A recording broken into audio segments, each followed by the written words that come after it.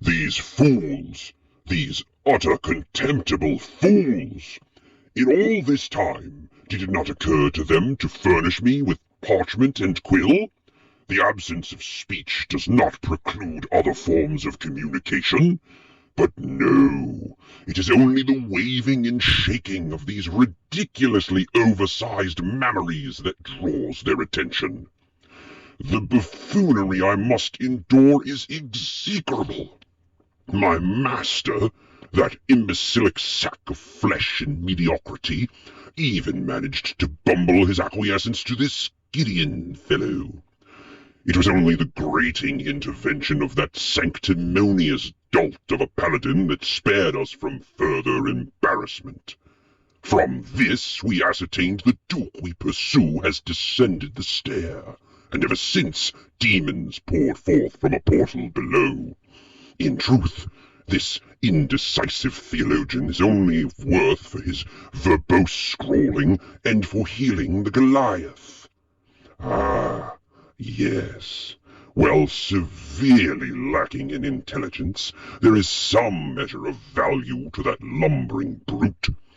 Even at death's threshold, I witnessed a storm of brutality. He single-handedly decimated 3 foes at once. And I must admit, the look of utter dismay upon the scribe's face was simply delightful. At least as the Goliath's healer he presents a modicum of usefulness. I remain uncertain as to why they keep the self-important little blade-flinging halfling about. Perhaps as an emergency food source. Or a pet. Despite dealing with these insufferable conditions, I must confess all that came before the idiot monk lit the binding candles is unclear. Only that once aflame, my brothers and I were dragged back to this plane, our wicked souls bound to his whim.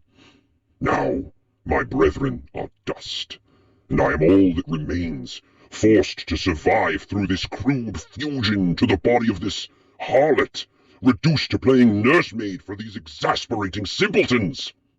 And yet, there is power in this cursed bond. Obviously, my feeble-minded master was unable to endure the crucible that is Avernus, and, weak in his soul, begged the heavens for aid. Curiously, a response came, perhaps resonating with our bond as reflected in Lathander's own raising of the dead. But the boon 'twas not for him, rather granted to me, my axe empowered by the divine. Of this use could be made. Oh, bother. As I write, the insipid halfling and the blithering Holophant are being fleeced for coin in a remarkably elaborate and well-prepared card game. Contending with these troglodytes is unbearably exhausting. Though truly, I know not who I was before the flame rekindled my soul, only that my past was steeped in evil and ill deeds. Yet, as I survey these morons I'm entrenched with, I see perhaps another path.